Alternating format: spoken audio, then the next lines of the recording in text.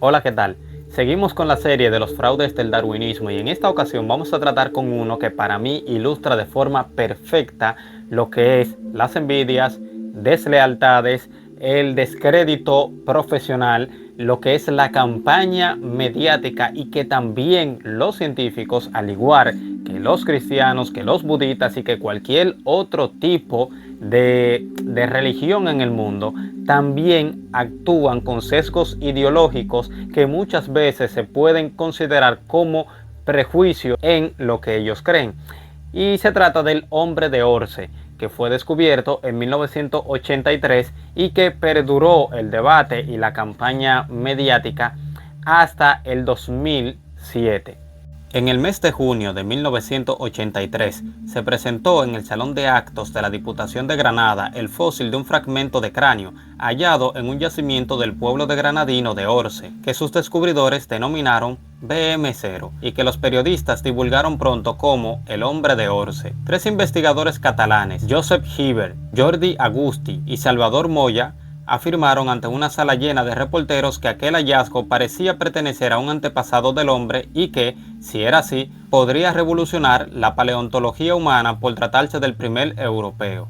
Ninguno de los tres jóvenes paleontólogos se imaginaban que dicho hallazgo le iba a causar tantos disgustos profesionales. El BM0 tenía la parte interna del cráneo pegada hacia una roca. Por lo tanto, era muy difícil, para no decir imposible, poder observar muchas rigurosidades de dicho cráneo. Por eso, al principio, todo salía como viento en popa. La opinión pública en España recibió bien la noticia y empezó a hablar del descubrimiento del siglo. Josep Gibert, que también era catedrático de Ciencias Naturales en el Instituto de Bachillerato de Gara, situado entre Terrassa y Sabadell, se hizo popular en los principales medios de comunicación del país y hasta los políticos del momento, sobre todo el presidente de la Diputación de Barcelona y consejero cultural de la Junta de Andalucía, firmaron un convenio de colaboración científica para seguir financiando las investigaciones en el yacimiento de Venta Micena. El descubrimiento fue publicado en las revistas científicas del Instituto de Paleontología de Sabadell, Barcelona, y algunos especialistas extranjeros, como el matrimonio francés Henry y Marie de Lunley, estudiaron el fósil y dieron su aprobación. En efecto, parecía tratarse de un resto humano. No obstante, luego de muchos meses de presentación, en abril de 1984, todo comenzó a cambiar cuando se le retiró la caliza del endocráneo y entonces pudieron ver algo que nadie se esperaba, que era una cresta en el cráneo, lo cual era incompatible con el género humano. Ante esta dificultad, los tres investigadores llevaron el fósil a París, lugar donde residía el matrimonio Lunley, para que estos lo volvieran a examinar y dieran de nuevo su opinión. La experta en anatomía, Marie Antoinette, concluyó que el famoso hombre de Orce no era en realidad un hombre, sino un potro joven prehistórico perteneciente al género Equus, que incluye a los caballos y asnos. El propio Gibert lo relata así. A primeros de mayo de 1984, Marie de Lunley expresó su opinión de que podía tratarse de un potro de 2 meses, opinión que trascendió a la prensa y dio lugar a una gran campaña de desprestigio, apoyada en parte por numerosos científicos de nuestro país que nunca habían visto la pieza. Sin embargo, estas declaraciones de esos paleontólogos franceses fue lo que causó la ruptura entre el equipo investigador, ya que Agustí y Moya aceptaron lo que es el veredicto que dieron sus colegas. Sin embargo, Gibert duró hasta el 2007, el año de su fallecimiento, defendiendo dicho hallazgo en contra de la inmensa mayoría que ya estaba de acuerdo con lo que habían dicho la pareja de franceses.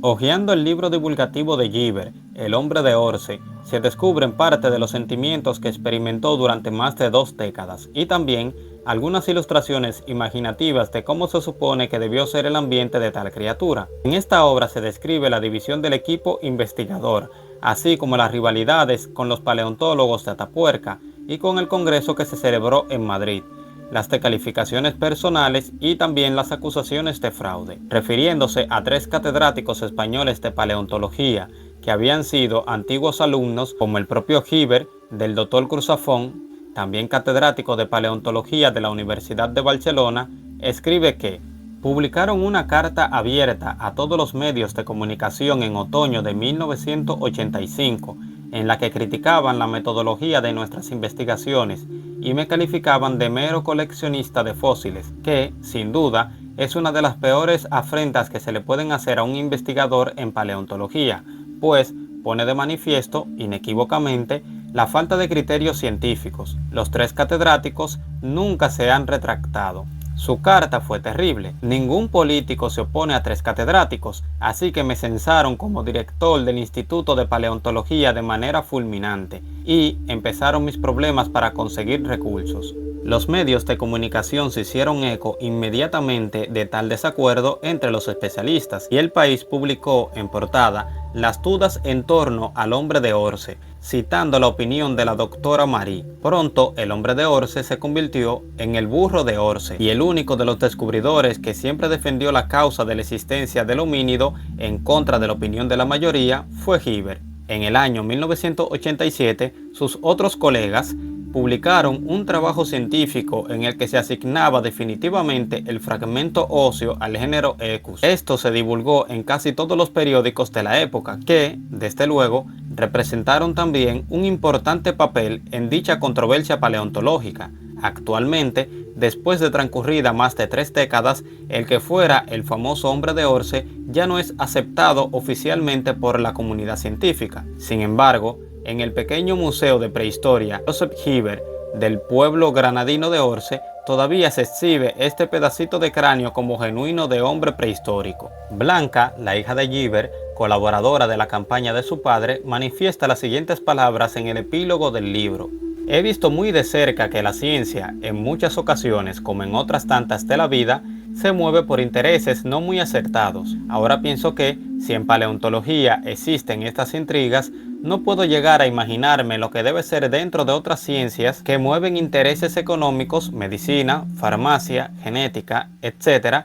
A partir de ese momento, ya no solo dejé de creer en cómo funciona la ciencia, sino también en cómo funcionan las personas. La historia de Orce pone de manifiesto, además de estas dramáticas discrepancias científicas, ciertas particularidades de la paleontología. Ninguna otra disciplina suele generar tanta polémica en el avance y desarrollo de sus conocimientos. ¿Cómo puede ser que la relación entre el número de fósiles descubiertos y la teoría que sustenta la especialidad sea inversamente proporcional? ¿Cómo justificar que cuantos más datos se tienen, menos se comprenda la filogenia porque ésta se complica? ¿Por qué un simple hallazgo fósil es capaz de derribar todo un cuerpo de doctrina?